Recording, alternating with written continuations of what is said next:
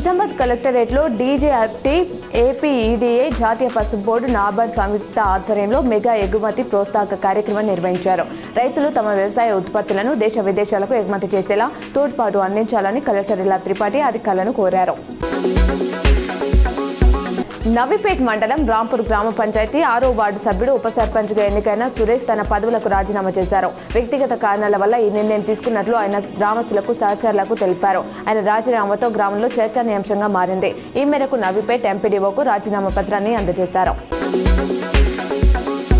Maoist ఉద్యమానికి భారీ ఎదురుదెబ్బ తగిలిందని డీజీపీ సివి ఆనంద్ తెలిపారు. కేంద్ర కమిటీ సభ్యుడు పసునూరి నరహరి, ఆయన భార్య మేదర దానమ్మ పోలీసుల ఎదుట లొంగిపోయారని వెల్లడించారు. తెలంగాణ ప్రభుత్వ పునరావాస విధానం కింద వారికి ₹45 లక్షల నగదు, ప్రోత్సాహకాలు, ఇతర సౌకర్యాలు కల్పించినట్లు తెలిపారు.